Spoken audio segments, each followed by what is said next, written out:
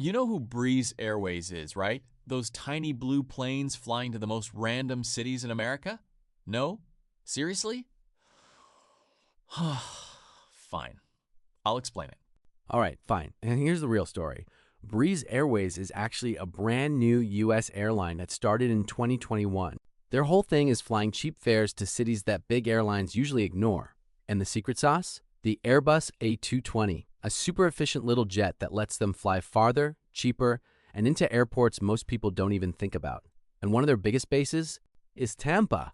You see, Tampa's growing really fast, and honestly, it has some of the best geography an airline could ask for. It sits right on the edge of the Gulf, tucked safely away from most hurricanes, and perfectly positioned between the Northeast, the Caribbean, and Central America.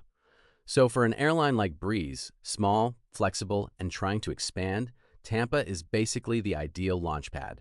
So Breeze looks at Tampa and suddenly they start launching routes like they're trying to beat an airline tycoon game. One day it's Tampa to the Bahamas, all those tiny cruise ship infested islands everyone keeps taking the same beach photo on.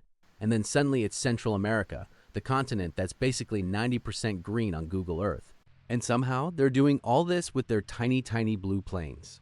And that's how David Neeleman, the same guy who created JetBlue, then Azul, and now Breeze, somehow built another blue airline.